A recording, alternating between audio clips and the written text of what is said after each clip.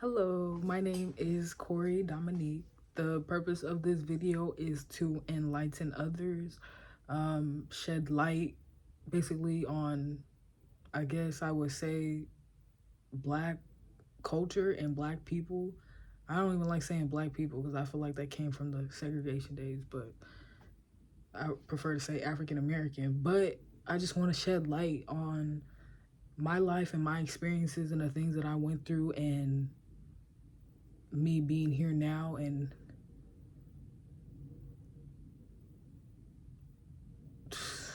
the testimony that I share of how God changed my life and helped me remain strong. And the whole reason why I'm even here and able to tell this testimony today is because, Lord and Jesus Christ. So,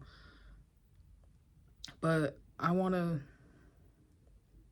enlighten the black community and, get them to have the courage to do something that we don't normally see our people doing. We protect our people and let them get away with, everything pretty much. And like this no snitching like thing going on right now, like, I don't want to get into all that, but I'm just gonna, shed light about my story and how it made me to the person I am today and the things that I had to deal with and the things that I'm still struggling with. So yeah, just gonna go ahead and get started. But yeah, so I'm 24 years old. I live in the Bay Area. Been living in the Bay Area my whole life. I never lived in any other state other than California, and I haven't lived anywhere else other than the Bay Area. I grew up in San Jose, Milpitas. I was born in Oakland. My mom is from Oakland. She lives in Oakland. My dad's from Oakland, but I didn't grow up with them. Anyways, I'm just getting to it. But yeah, so I was born in 98. I'm 24. Before I was born, so that's what I'm trying to say. Like, my life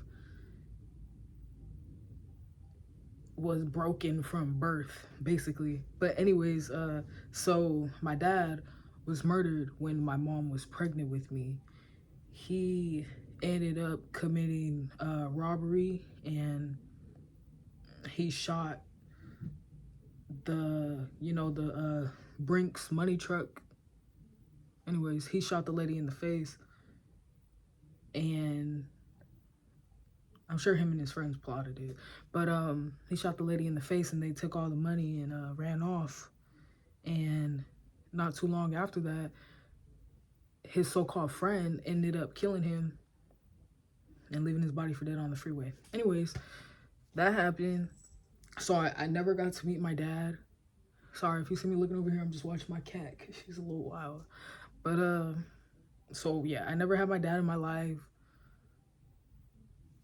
And along with that, my mom, she didn't necessarily want the responsibility of raising me, and she felt as if she wouldn't be able to give me a good life, I'm assuming. So my grandmother took guardianship of me, and it seems like, I feel like in the black community that happens so much. Like, people in our family are out here having kids and they're not in the mental state or financial state or spiritual state to even raise that child and take care of them, and they're still dealing with their own demons and problems. So the grandma got to raise them because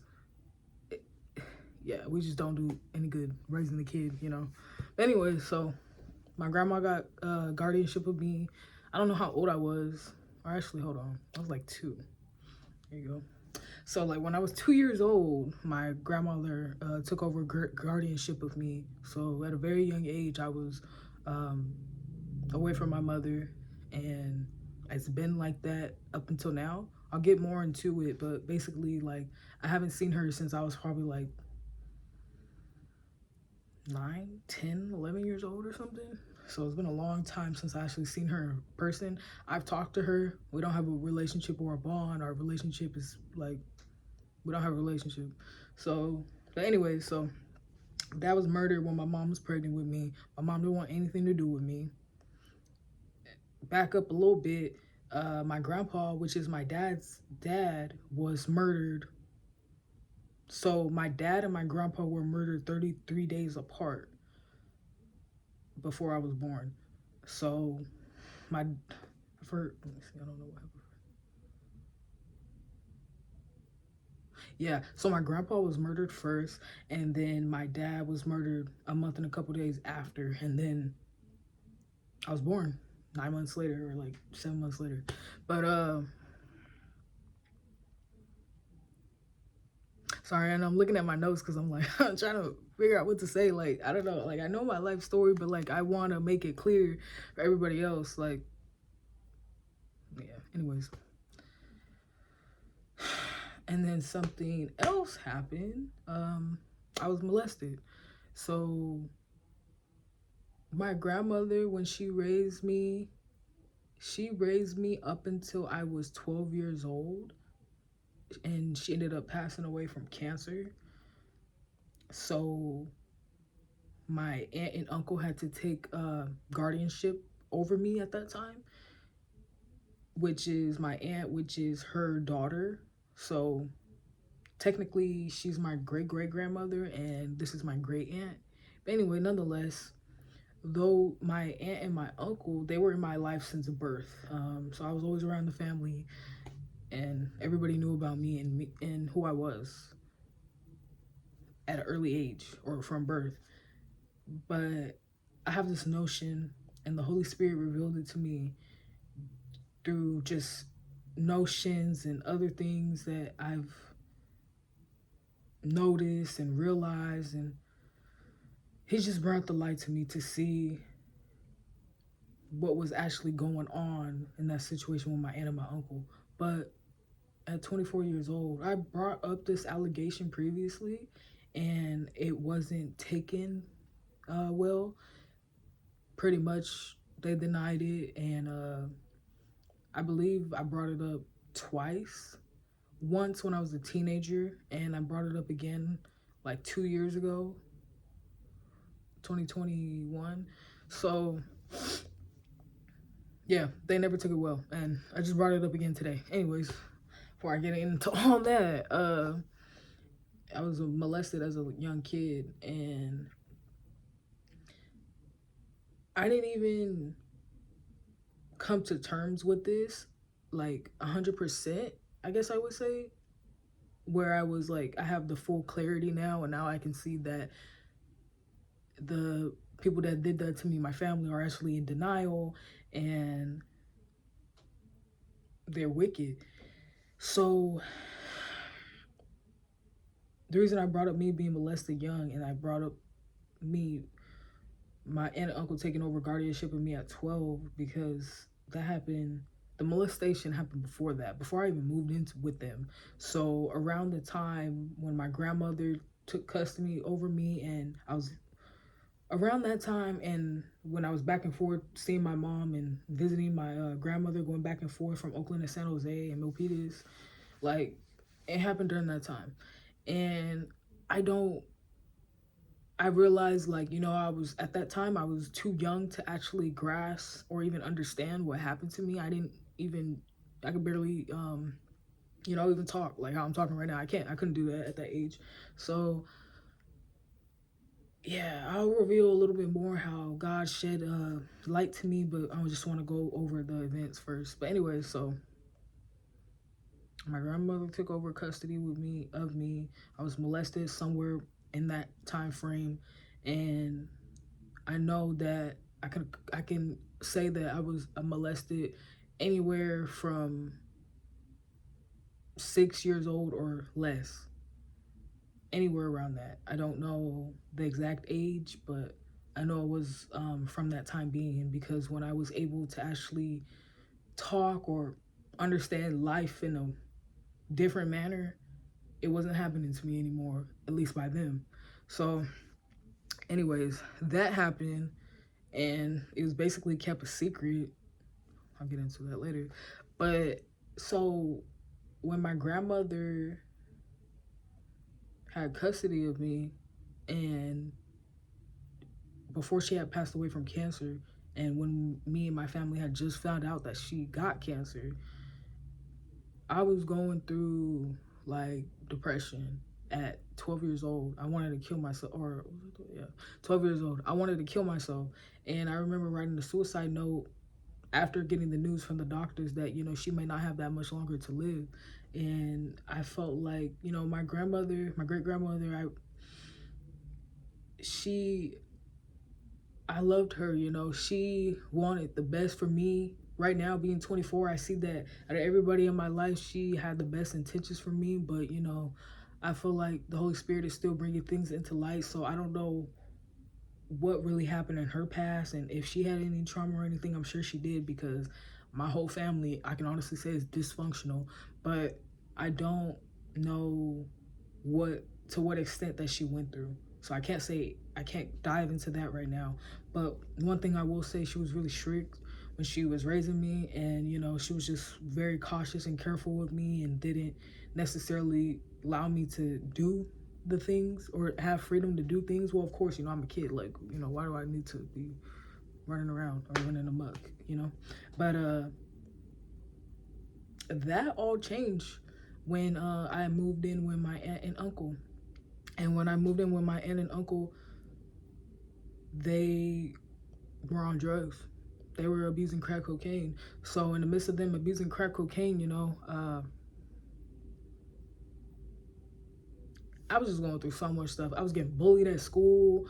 I grew up, basically hating my skin and not loving being dark skinned and not loving being black. Like, I hated being black. I didn't like black people. I just didn't like it. So I was bullied and growing up with that. And, people at school were telling me I'm too dark and all this and that. So that was going through my head.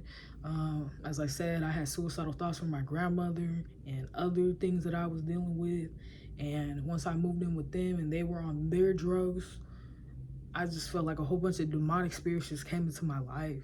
So when my grandma passed away, I was like in 8th grade. Or she had passed away in the summer. So I had just finished 7th grade and I was transitioning to 8th grade. Half of 8th grade was at a school in San Jose, and the other half of 8th grade was at a school in Milpitas. So the reason for that is because going through and grieving my grandmother's loss, I just got mad and started treating all my friends like terrible. And I burnt a lot of bridges with people, so I just didn't want to live there. Go to those schools anymore. And I wasn't even living in San Jose at the time. I was living in Milpitas. So, because when I was living with my grandma, I was living in San Jose. But when I'm with, excuse me, talking a little too fast, my bad. But when I went to go move in with my aunt and uncle, I was living in Milpitas. But anyways, so as I moved in with them, terrible from the jump. It changed the whole trajectory of my life. And like I said, I was getting bullied. Then transitioned into freshman year. Freshman year, I didn't have any friends. I was a loner. Mind you, I just came from San Jose, so I didn't know anybody here. I didn't have any friends. I didn't meet. I did meet people and stuff, but it wasn't like any genuine connections, I guess I would say. But who has genuine connections at that age? I don't know. But I didn't have anybody, I didn't have any friends. I didn't have no one to talk to, no one to really hang out with. So my freshman year, I was pretty much like a loner. And me being a loner, now on top of that, I had Fs. All Fs. Maybe like 1D. But like, I had all Fs. Like, my grades were just terrible. So I believe I failed that whole year, and I went to school that whole year and I just failed. But anyways, long story sorry, I'm not making a long story short because this is gonna be long. But just to wrap that part up, I then went to continuation school. And when I went to continuation school, that for real, like, did something to me. So you already know, continuation school have a bad rep. When I went to the continuation school, everybody there was on drugs, having sex, just all that. And at that time, going there, I was a virgin. I didn't have sex at that time. I never even had a boyfriend. I never even kissed a guy. So now I'm a sophomore in continuation school, and then I just started meeting terrible people. The worst of the worst. Anyways, those people that I met, like, influenced me to just live in chaos. I got on probation. I started breaking the law, started robbing people, stealing stuff, started stealing cars with my friends, joyriding, just doing all that stupid kind of stuff, beer runs, drinking hella alcohol. Oh yeah, sorry, I missed the major part. I started trying drugs. So, they say marijuana is the gateway. It sure is, because that's what happened to me. I tried weed when I was 13 years old. I remember the first time I tried it, and like I said, during that time, I was going through depression. So, when I started smoking weed, I was like, I feel a little comfortable. I feel like I can actually like not be depressed. I feel like weed is helping me. Weed is changing my life, which ended up being my downfall later on. But yeah. So I started trying weed. I tried weed. After I tried weed, I tried alcohol. After I tried alcohol, and this was in the month. This was in the span of like 6 months that all this happened. Like I remember the exact months. Like I remember October, the end of October, I had tried weed. The beginning of November, I started drinking, and then I had tried coke, and then after that, I was just doing weed. I probably did coke a couple times, not that many times, but yeah. And then fast forward a little bit, I got raped, and when I got raped, I didn't even see it as rape at the time. It took me probably like 5 or 6 years, or hold on. Maybe I went too little too far, because how old was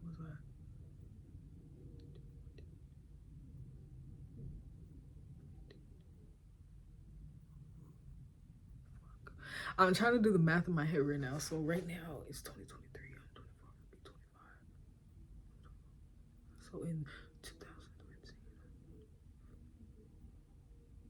Yeah, so when I was 15 years old, that's when I started trying drugs, and that's when I got raped. And when I got raped, yeah, like I said, the person I was hanging out with at the time, the person I consider my best friend, her life was a mess. She was already having sex and doing all that stuff from before I even like entered, or before she even came into my life. So there goes that demonic spirit.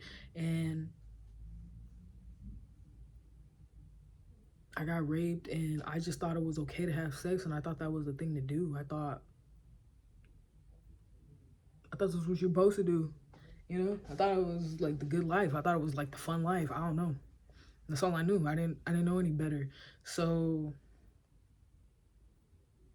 that's what happened to me, and I just started being promiscuous. And before I even got deep into the promiscuity, I don't know if I'm saying that right, I tried meth, and I started doing meth, and I was doing meth and being promiscuous at the same time. And I was addicted to meth for like 4 years, and it was bad. I mean, it was bad. I used to smoke it, snort it, never inject it, use a needle or anything, but it was terrible. Anyways, I started using meth, and then, sorry, that stupid noise distracted me. So I started using meth, and then I was acting promiscuous and just having sex with everybody, anybody that would give me attention, anybody that just, I started dressing, showing my ass, showing my titties. And like I said, mind you, this is 15 years old, and I was living with my aunt and uncle at the time. And when I'm leaving the house, nobody's telling me, what are you wearing? Nobody's telling me, oh, go change. Nobody's telling me you shouldn't be wearing that. I ain't have nobody telling me nothing. Nothing. So what was I doing? Getting even worse. Being even worse. And sorry. And then so yeah, I was doing math and that. And then flash forward a couple bit, not that much, but I remember like I was a truant. I was labeled a truancy, or whatever that shit's called. Sorry, excuse my language. I didn't even cuss in this video. As a child, I remember they told me I missed like 180 days of school, and that's damn. Excuse me. Or no. I missed 80 days of school. That's a lot. That's like almost 3 months of school. So I missed a lot of school. And like I said, I got in trouble with the law. I got on juvenile probation, and they were drug testing me and stuff. And then I remember that first time that I had the drug test, and meth popped up in my system, and I lied. And I said that I don't know how that got in my system, but deep down I knew what I was doing. So I lied, and then after me lying, I got more addicted and deep into the drug, and I saw that it was doing to me. Even though I was 15 at the time, like I was still, and glory to God, because he gave me the strength and the wisdom to do better and understand that I can't be smoking meth. I cannot be doing meth. Like, this is ruining my life. This ruins people's lives. Yeah. Anyways, what else happened? So I remember I confessed to my probation officer. I told them, I was like, yeah, I've been smoking meth. I'm addicted to meth and I need rehab. I want to go to rehab. Can you put me in rehab? And I even told them my family and said that they're using. And I just remember my family was like hella mad. They were hella mad. But I ain't even finna get into that. But they was just hella mad. Anyways, I was trying to save myself, and I love my family and I wanted to see them do better for themselves. So I didn't want them on drugs. I wanted them to get the help that they needed too.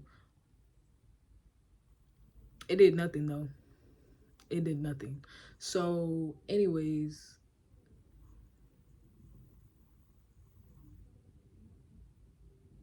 I went to rehab. Ooh, before I even went to rehab, sorry, my bad. Let me dial back a little bit. Because I confessed, but it took a while for me to go to rehab, actually, I think. How long was that? Like a couple months. But before that, then here comes, I get abused. I'm getting beat up. So I meet, like I said, the life I was living was dangerous. I was hanging out in the streets, hanging out late at night. Sometimes I didn't even coming home. And I ended up meeting my ex, who was my abuser. We were together for like 8 years. But anyways, he hit me when I was 16 years old. He hit me more than like 6 times, or at least like 6 times, and gave me a black eye. And it was over something super petty. But that happened to me. And it was like all this stuff just keeps happening to me.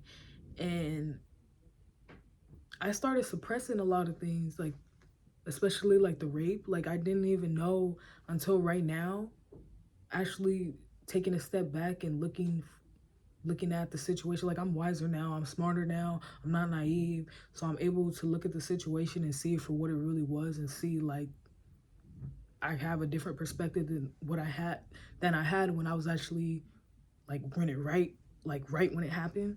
So I got abused, and I was in a toxic relationship, on and off, on and off. But when I went to rehab, I didn't even go to rehab for long. I went to rehab for like, what was it, like 2-3 days, and I AWOL'd. And my reasoning for AWOLing was because I had a family member that passed away at the time. I wasn't really close to them, but I used that as an excuse. Lord forgive me. But that happened, so I left rehab. Luckily, I was able to beat the addiction on my own. Actually, no, sorry. Glory to God. I gotta give glory to God. I was able, but when I say on my own, I was able to beat that addiction without having to go through treatment, all that type of stuff. So, I mean, like, I had a drug and alcohol counselor. That's pretty much it, though. Like, I didn't have to go through, I didn't have to do mandatory NA or AA meetings or anything like that. Or actually, I did, yeah, for probation. Yeah, just for probation. But, like, I didn't, like, I'm just trying to say, I wasn't in rehab. Like, I had to do it, like, with the power of God and on my own. So, I remember one day, I got so high. I was just hella high on meth. And my I had called my aunt to pick me up at the bus stop. And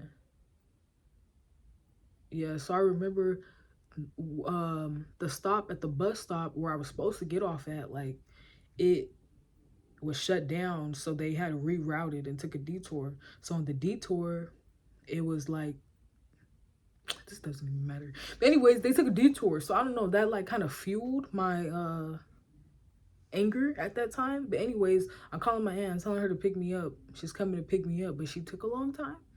And she really didn't take that long, like 5 minutes or something.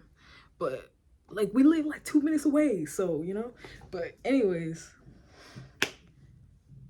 I remember being fueled up, me walking. I was walking towards my house, waiting on her to come towards me to pick me up. And I remember when I was doing that, I just felt like this rage inside me. And when I don't even remember everything, that's so crazy. But I think I just started cussing and just talking, speaking like just hella fast and enraged and stuff. And I was talking to my aunt crazy, and I believe my uncle, my uncle was there to pick me up with her, and I was talking to both of them crazy or something like that. Because I guess I was just mad that she was late, or she didn't pick me up at the time I wanted her to pick me up at, or she was taking too long. So I just started cussing and just being hella rude and violent. And I remember my aunt, that's the first time she's ever threatened me to do that too, but she was threatened to beat me. And I kind of egged her on, but she didn't give into it, thank the Lord, because who knows what happened.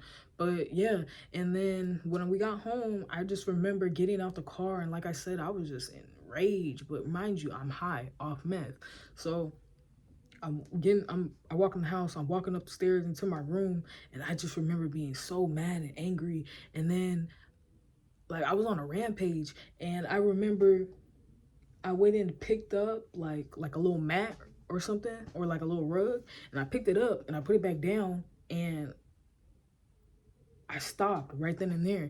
And the reason why I stopped is because like I had some other people that I was doing meth with at my house a few days before that, or like I don't know how long it was before that, but sometime before that. And I remember I was like watching and observing their behaviors, and literally one of them just started cleaning my house.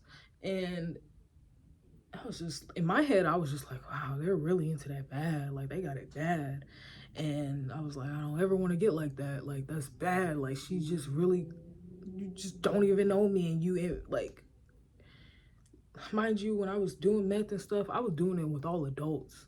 Like, there was people my age doing it, like the people I went to school with and stuff. But it was all adults. I got it from adults. Like, there's no way for me to get it other than adults. So I was smoking that stuff with adults, 15 years old, smoking it with somebody 10, 20 years older than me. So I was doing that. And like I said, I just had a flashback to remember somebody else being in my house off meth. And they were just, like I said, they were just cleaning up. And it was like, bro, why would you just come and clean up my house? You don't even know me. But, you know, she was just high. So, and yeah, so when she was cleaning up my house, she had did what I had just did when I was all ramped up. She picked up a mat and put it back down. And then I remember being all ramped up and just talking to myself. And then I remember when I was walking up the stairs, I was still talking to myself. Still talking to myself. And I just picked the mat up and put it down. And after that, I was like, and I broke down and I cried. And it's like, I wasn't even high anymore. I probably, you know, still felt the effects, but like I snapped out of it, and I just cried to God, and I told God, like, God, please, please help me. Like, I cannot break this addiction. I don't want to ruin my life. I know that this ruins people's lives. Like, I don't want to ruin my life, Lord. Please save me. Please break me from this addiction. And I just kept crying. I didn't know what else to do. Like I said, I didn't have a strong support system. The people I live with were on drugs. What I'm gonna do? Tell them like I'm struggling with drugs? What they gonna do? You know? So I just cried to God, and God saved me. Like after that, I still use, but it probably took me maybe like 10 to 20 more times before I was actually done, and I quit and I never went back. I remember I relapsed a couple times, but like I said, probably 10 to 20 more times after that, and I never went back. ever. And as of right now, I'm 5 years clean from meth. And I was, like I said, I was addicted to it for 4 years, but like God delivered me through that. And it's crazy because at the time, like, I didn't know what else to do. I didn't know any better. Like, the only thing I knew was to cry on to God and cry out to God for help. And I'm glad that my family, brought, because my family, we were in and out of church too. That's crazy. It's like, I'm going to church, but y'all like covering up molestation and y'all on drugs. Like, it's just twisted. So yeah, I was on meth. And then after doing that, I just started smoking weed every day. And as of to right now, I've been smoking weed. I slowed down. I'm not gonna get into that, but I've been smoking weed as of right now since I was 13 years old, and that's going on about 10 years. And I just see how, oh man, and I forgot about that too. See, I forgot to look at my notes right here. Help me keep on track. Now I'm all over the place. My bad, guys. But damn it, what was I about to, excuse me? I'm not trying to cuss. Oh, I started going to the mental hospital, and it's like, dang, can I get a break? Can I like just chill? Can I have a normal life? Like, no, my life a movie. So in midst of being or living with my aunt and uncle, like I said, I was going through depression, suicidal thoughts and stuff, and I wanted to kill myself. I cut myself twice. I went to mental hospital twice for that. But other than that, all the other times I went to the mental hospital, I've probably been there 10 times. From 13 to right now, I've been there like 10 times. And every time I went there, I was a danger to myself or others, and really, I just wanted to kill myself. So, I'll show you guys. When I was like 14, I cut myself. Can you even see it? Oh, yeah. With the knife right here. I literally just went, and I have another one. Can't even see. I don't think you'll be able to see. Let me see. Damn it. Okay, that's one. And that's another one. So there's two. But anyways, I literally just picked up a knife and went two separate occasions, but it was back to back, like within a week or a couple days or so. Anyways, I was in and out of the mental hospital. I was taking antidepressants, antipsychotics, and that I remember that time I had made the allegations that my uncle had molested me. And I remember CPS had started talking to me, and I don't know why, but they made me call my aunt and address it. And it's just like, bruh, do y'all not read the statistics? Are y'all not informed about the cycle of abuse and the stuff that happened? Oh, this camera. Like, do y'all not understand that people will deny it and cover it up and stuff like that? Like, bruh. Anyways, so they had me make that phone call to her, and I made that phone call to her, and I remember on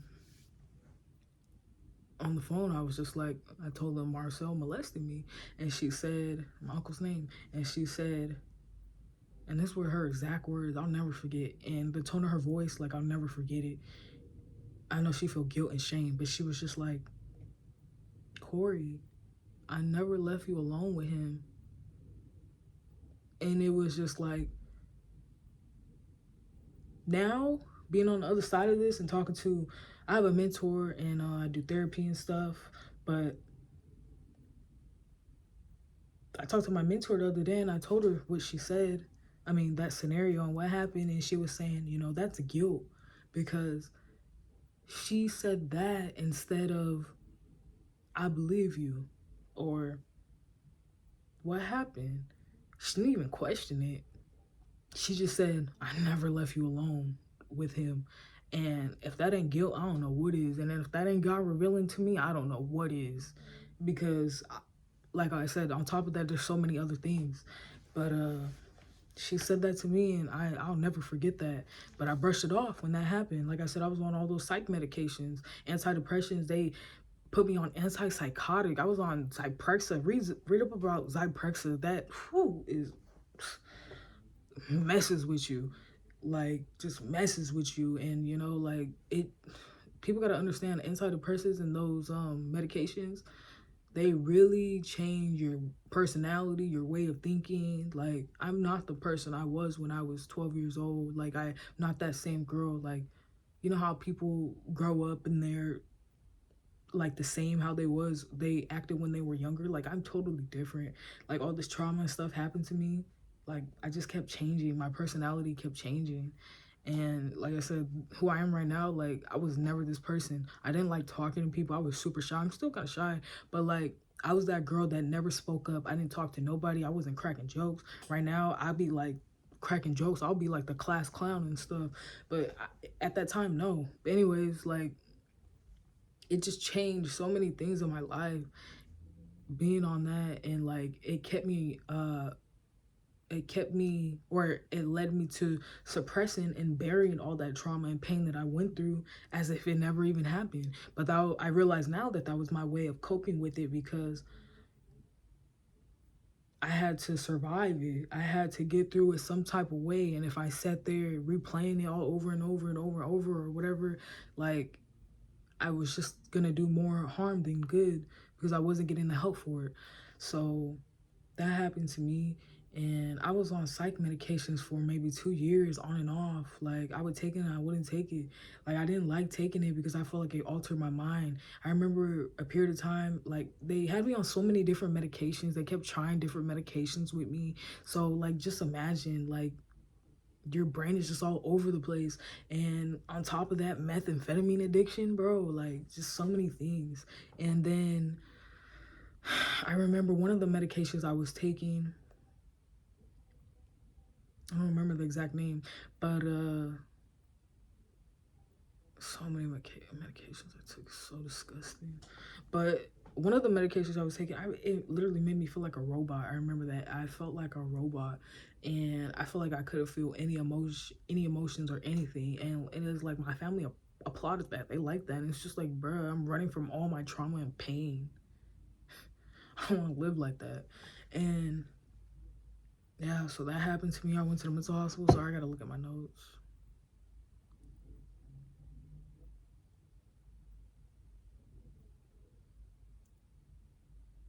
And like, basically, I didn't really trust anybody at that time. Like I said, I didn't have a good relationship with my mom. I didn't have a good relationship with my aunt and uncle. I was like cussing them out all the time because of being in that household. And honestly, they were cussing at me back. Like, so they didn't show me the proper discipline or punishment or guidance that I truly needed, or support that I truly needed. So that was happening. And I have two sisters as well.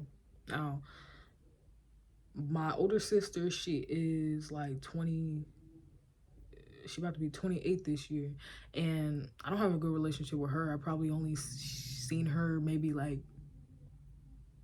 less than 20 times in my whole life. And I remember this one time that I went to visit her, and this was during the time I was on probation doing meth and all those drugs and stuff, and with my ex. And I went to Oakland to go see her, and I took my friend with me, and she tried to make me go escort, and she made my friend go steal stuff for her. And my friend did it. I wouldn't did it, but yeah. And so it's like, I didn't have anybody to trust. My own blood, my own sister did that to me. My own aunt and uncle let me to fend for myself and having to raise myself. The only thing I can say that they provided was a roof over my head and food and rides.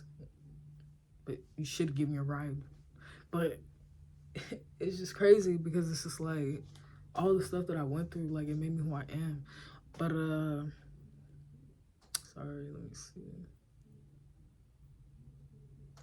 So I ended up getting raped again, and I got raped again, and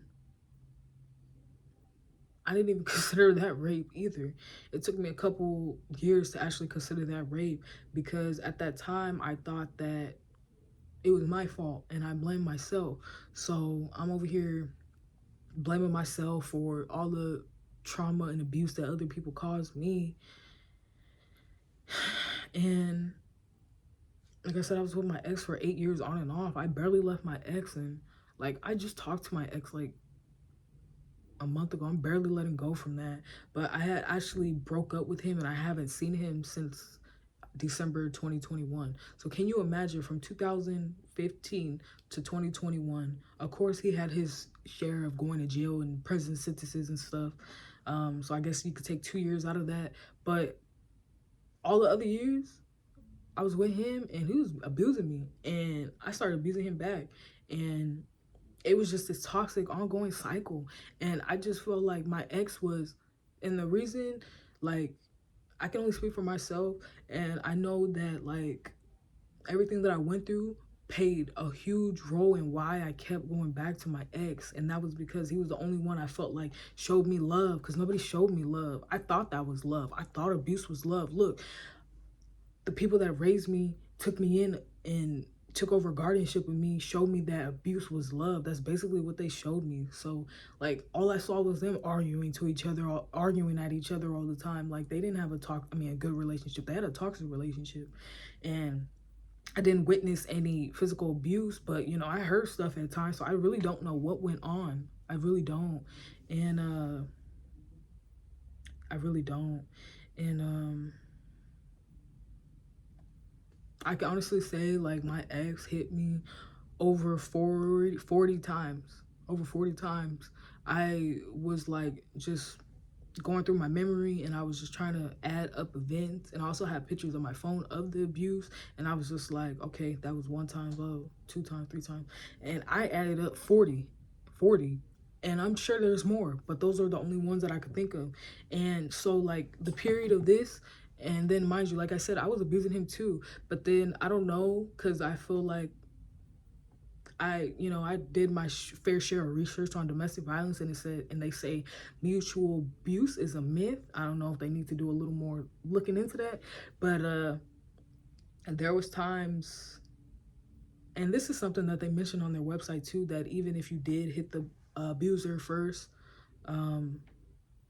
like, that's just because you're so caught up in that cycle and stressed out and traumatized, and all the emotions that you're dealing with at that time.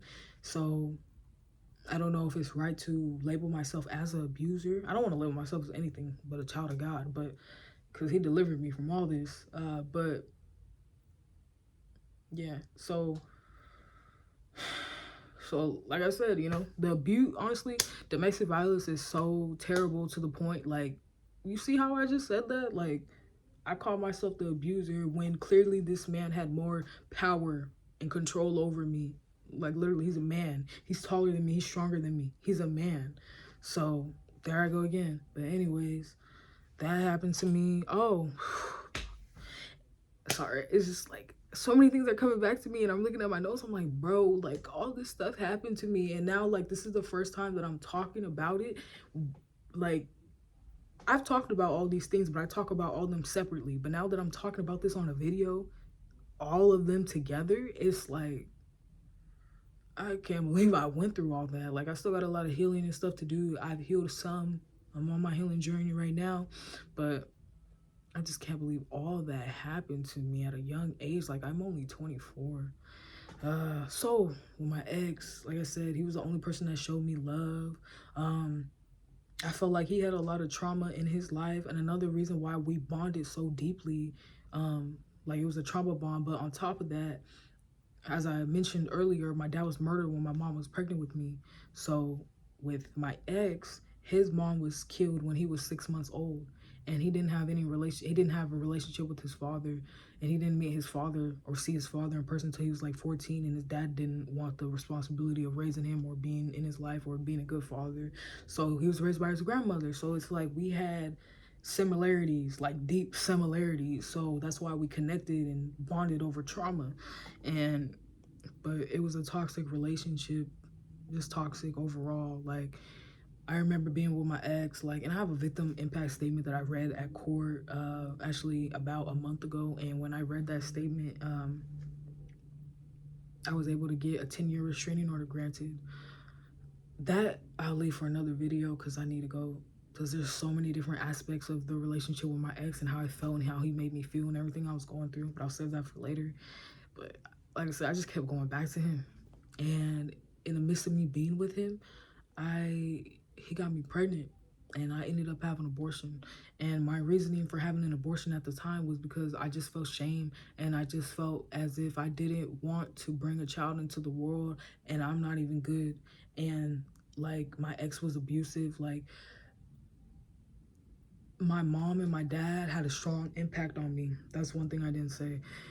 Excuse me. Growing up, and still to this day, I'm still struggling with it, but I'm letting go of it a little bit better than or I'm dealing with it better now than I was, I guess I say excuse me, Jesus, than like 6 months ago. But I was mad at my mom and my dad for years. And it's like, my dad didn't have any control over his death. I mean, he had control over his actions that led to his death. But I was mad at them for years because I was just like, bro, like, growing up, I was just always mad in elementary, middle school, seeing everybody with their parents. And it's like, bro, I don't have any parents. I have my grandma, but I didn't have my parents. Like, that's so much lack. Like, you need your parents. Like, nobody can raise their self. Like, of course, like, another family member can take on the responsibility, but you need your parents. So I stress that, and I just want to say, like, that really impacted me to the point where I was like, I cannot put my child through anything that my mom has put me through. And there were so many times I wish that my mom had an abortion and didn't have me, because I was just like, why would you bring me into this world? And look at the lifestyle that you were living. And now look at my life. So I just had so many anger towards them, because I was just like, my life shouldn't have turned out the way it did. And I wonder how it would have been if they were in my life. I don't know if it would have been worse. It might be a blessing that they're not in my life. I've heard some people say that it's better for a parent to be absent from their life than to be present and be toxic. So, maybe it was for the best in God's will, and it made me who I am today, like I said. But I had an abortion because I didn't want to give that life to my child. And I didn't want my child to endure everything that I had to endure, because I hated my mom for what she did, and I hated my dad. And I didn't want my child to grow up and see me being abused by their dad, which is my ex. And so I made that decision. And I was really scared of what people would think about me if I had a baby. And I didn't want people to know, or I didn't want people to, I was just so scared of judgment and everything that other people would say. Like, that was all in my head, and I was just comparing myself to other people in their lives. So I was just caught up in all that. So I made a decision to have an abortion. Lord, forgive me. And yeah, I kept going back to my ex. So many times I tried to kill myself. And leading up into today, so today, or the other day, I was talking to my mentor, and I was telling her how, I have these notions in my head, and they keep coming back to me. They go away and they come back, and I don't know why. And I was telling her, I have this notion that my uncle molested me, and I had a notion that he did it during the time I was too young to even grasp what that was. And I told her that, and I told her why do I think that. And actually, I want to grab that right now. I'm finna grab that right now and go through those notes, because I need to state why.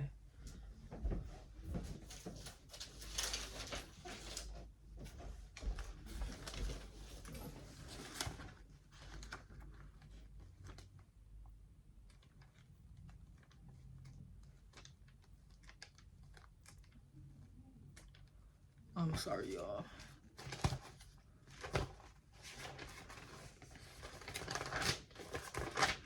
I gotta find it. I'm determined. I gotta find it. I was just looking at it yesterday. Come on now. I'm in a video. Come on now. Did I rip it out? Oh, I ripped it out, huh?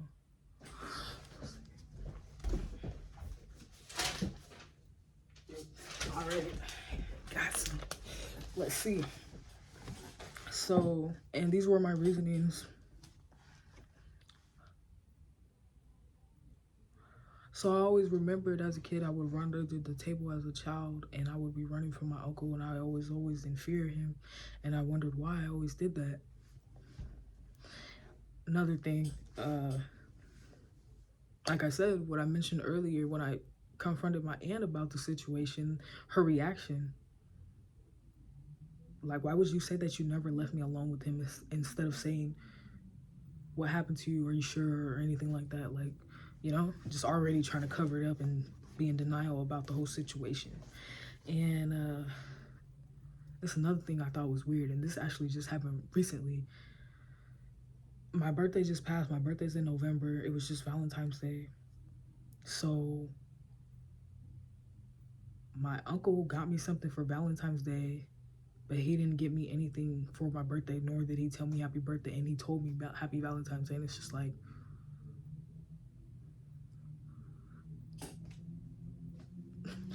and I remember another time when I was 14, 15 years old, my aunt went up to me and she told me, like, she asked me, and I'm just like, why was my uncle, should I even call him my uncle? I'm sorry. Why was my uncle going through my underwears? And I'm 14, 15. Come on, why would you ask me that? Like, I don't know, like, if she thought that me and him were messing around or something, because that wasn't the case. Or, let me not even try to minimize that, because, like, obviously they know what they did. They know what happened to me. And, so 2 years ago when I had made the allegations, I remember I was having a conversation with them, and I don't know if this is before I made the allegation or after. I can't remember exactly. But I was going, like, that was my last time going to the mental hospital 2 years ago, and it was because of my allegations that they molested me. And, like, I went crazy. And it to the point where I was a danger to myself and a danger to others, so it took me to the mental hospital. But anyways, at that time, like I said, I was having a conversation with my aunt and uncle one day, and then, like I said, I don't remember exactly what we were talking about, but this is my uncle's exact words, and his face was just like in disgust, and he was like, all that stuff about I molested you, and he was just looking like that, and like I said, I was talking to my mentor, like, why would you say that, like, if you didn't feel guilty or if you didn't feel anger or certain type of, you know, like, why would you say that to me? And that happened. And so it's missed the last 2 years when I went to the mental, or 2 years ago when I went to the mental hospital, they tried to keep me quiet, and they put me in there after I had made those allegations. And I had talked to the police, and I just remember that time, they were so scared. Like, I've never seen them this scared in my life, but they were scared that they were going to jail. They were scared that they were going to jail. I mean, like, they were worried, like, so worried. Just so worried. And I always wondered, why were they so worried if it didn't happen? Like, what are you hiding? So, talking to my mentor and getting an understanding from her, you know, it made me think, like, about all these different things. Like, she brought light to me that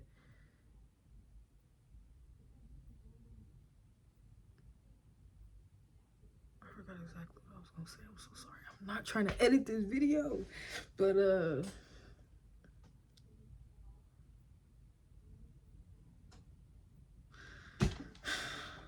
so, like, when I had made those allegations, I went to the mental hospital and stuff.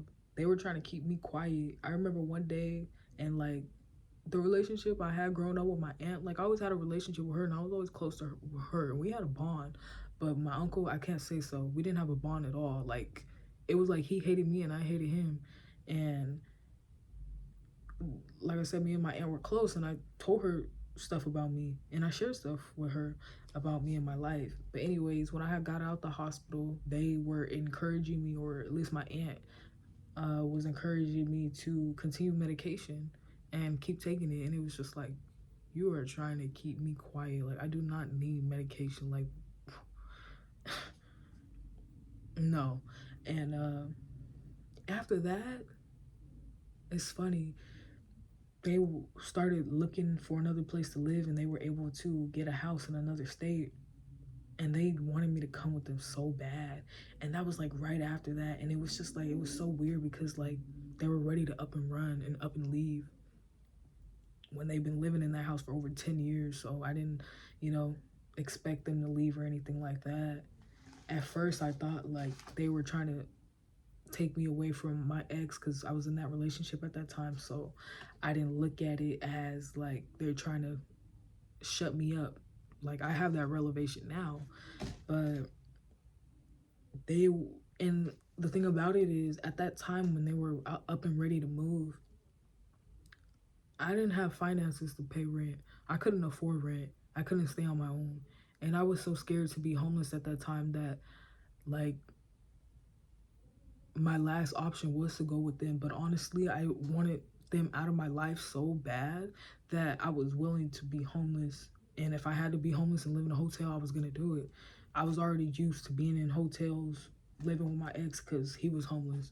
So I was like, whatever, I'm ready for it. I had my car, I have a car, so I was like, you know, I'll make a way. Luckily, I didn't have to do that. God blessed me with the apartment, as you can see. But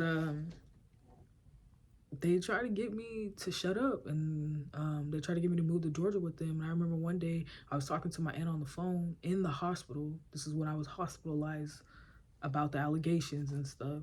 And like I said, we had a close bond, and she supported me as much as she can to a certain extent.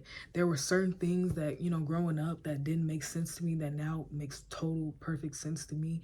You know, when she would minimize the abuse that my uncle was causing her, or she was just in denial about him and his behavior.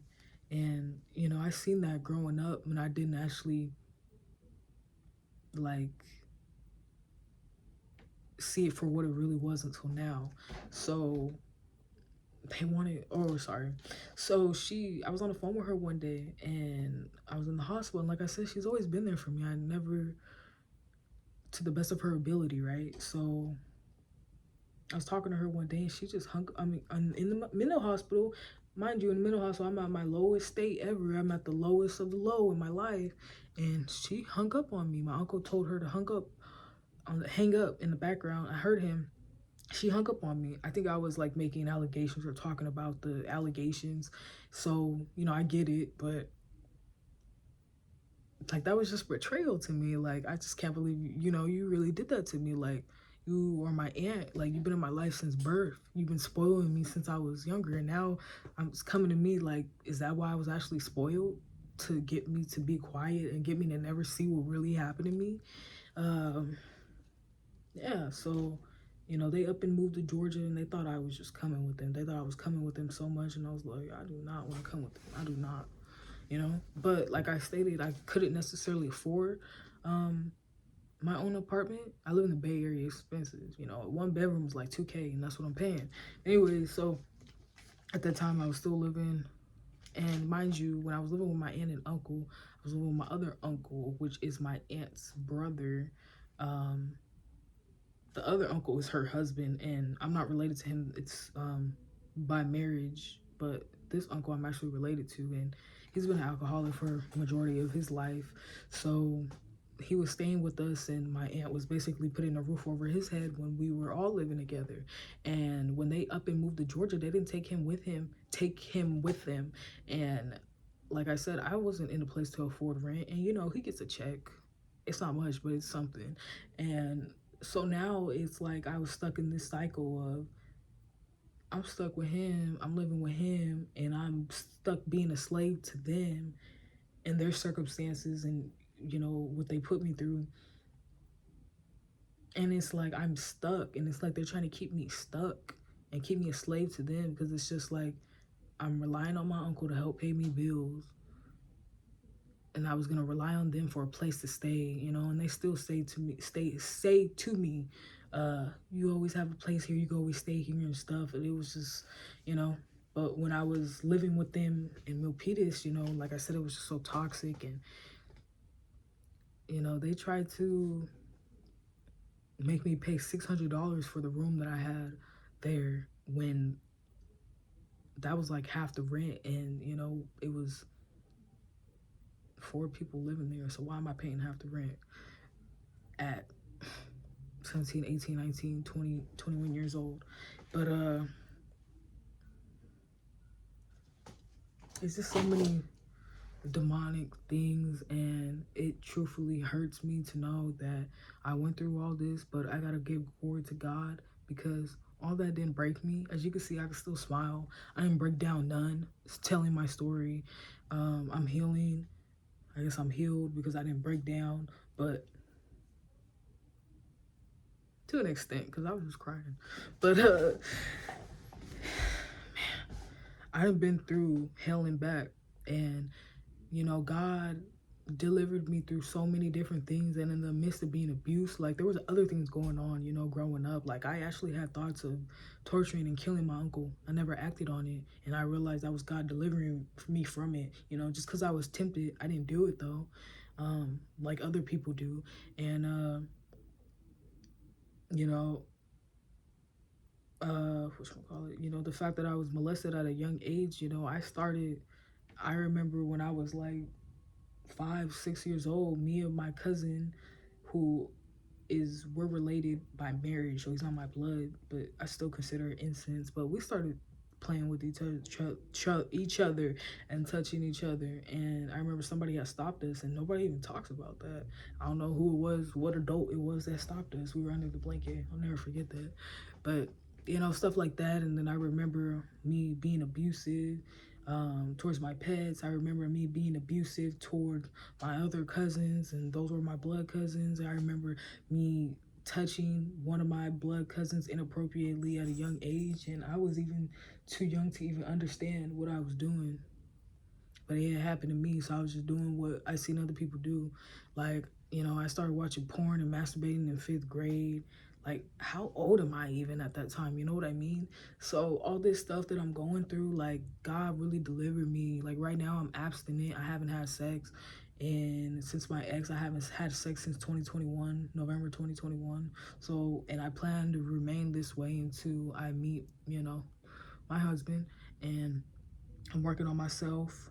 And those, you know, I'm building my brand. Those 3 B's that you hear, you know, Tony Gaskins talk about, is a big inspiration to me. But I'm building my brand, I'm building my body, I'm building my brain right now. So every day I fill myself with knowledge to, you know, enlighten myself so I can help enlighten others and bring more glory to God, because the enemy sent all this, the devil sent all this to destroy me. The devil sent all this to keep me addicted to meth. I know somebody I was doing meth with that was my friend at the time that's in rehab right now because of that. And there was just so many different things that were sent here to break me. Like I could have actually been a abuser going to jail, in and out of jail. Like I could have been a child predator. Like there's so many different things that the spirit or the devil tried to place into my life, and I'm breaking all that with God. Like I'm not addicted to meth anymore. I'm about to stop being addicted to smoking weed. Like I cut off all the people, all those bad influences. I've been cut them off. I don't hang out with nobody. When I say I don't have no friends, I have no friends. And it's been like that for ever since I left high school and being with my ex. And not necessarily that that's a great thing, because, you know, I want friends. But, you know, all the things that I went through, it just showed me how powerful and how much God loves me, and how much God had a plan for me. Since, you know, when I was in my mother's womb, he already had a plan for me. He already knew, you know, God's plan was ordained and nobody could break that. And I'm here today to bring glory to God and, you know, let people know that I've been there and I've done that and I went through all that, and I'm still here. Even when I was at the roughest, when I was at my darkest, roughest moments, when I hit rock bottom, all those hardships and trauma that I went through, I wanted to kill myself. I never even thought I would be here today. I didn't think I would be this old. I make it to 24, you know. I remember like my dad, he died at when he was like 22 or 23. So I remember when I had just turned that age, like, or right before I turned that age, I was, you know, in my head kept telling myself like my dad died at this age, my dad died at this age, like I could die. um and I wanted to die, you know. And but you know, God transformed me and changed my life and made me see my life for better and see my life greater than it is, and made me not, you know, become a slave to my or you know, my circumstances. I was a slave to my circumstances and they kept me bonded, but I'm breaking out of that now. I have my own apartment.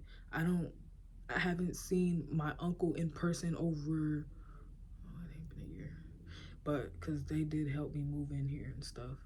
But you know, I don't see him anymore. I don't, you know, I'm trying to cut off ties with my aunt, severe ties with her. And but like I said, we were close and we had a bond, and she's been in my life for over 10 years. I mean, we were living together for over 10 years, and before that she was in my life since birth. So she's really been in my life my whole 24 years. You know, it's hard, and I'm trying to move forward in my life, but I don't, you know, I don't need those wicked people in my life no more. I know they're my family, and honestly I can say I love them, I forgive them, and I wish that, you know, I hope that they could change their lives around and do better while they're still here on earth, because they're old, they're in their 60s.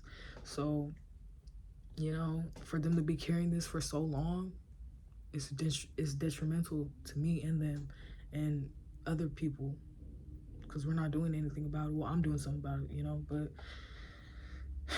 I just want to shed light. Like, God was there for me. God kept me here to share my story. God was with me all those times, even my darkest moments, even when I was getting raped, even when I was being molested, even when I was getting beat up, even when I was in the mental hospital, when I was taking those medications, all the things that I was doing.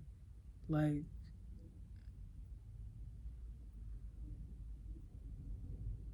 so many things happened to me. I've been drugged and raped. Forgot about that one. Gotta add that, because it's like, so many stuff happened to me. Like I said, I just suppress it, act like nothing happened. So it's not until I actually talk about it that I actually remember, and I'm like, oh, that happened too. That happened. That happened. I'm like, where does it end, you know? But it ends now, because like I said, I'm new creation in Christ, and the past does not define me. The past is not who I am, and I'm here to bring glory to God and bring enlightenment on the Black community and African Americans and just all people, not just African Americans. But the only reason I say my people is because I see the route that we're going through with social media and rap. You know, I listen to all the rappers, all the cool, you know, all the um popular rappers, Moneybag Yo, or even from underground rap to Young Slowby, RP Young Slowby, and stuff like that. So, you know, I see this influence that it has on people. And sorry, I gotta write this real quick.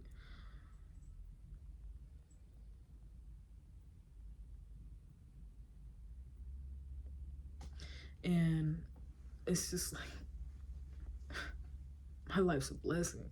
My life is truthfully a blessing. Like, I'm thankful for all the things that I went through, honestly, because I can say it made me who I am today, and it made me strong. And instead of going through it when I was 30, 40, if I make it to that, you know, I went through it now, and it made me a strong person. And I know what I don't want in a relationship. I know how I won't raise my kids. I know what not to do to my kids. I know how to, you know, things like that. So it's wisdom is gold. It's golden. And you know, I'm building my relationship with Christ right now, and repenting and confessing my sins, and you know, just building that relationship and creating a new life for myself, and recreating that narrative that, you know, that I'm a tweaker, or I'm a deadbeat, or I'm a junkie, or I'm a dope fiend, and all that stuff. Like, or I'll never be nothing, you know. So I'm breaking all that, and I just want to let everybody know, like, just keep going.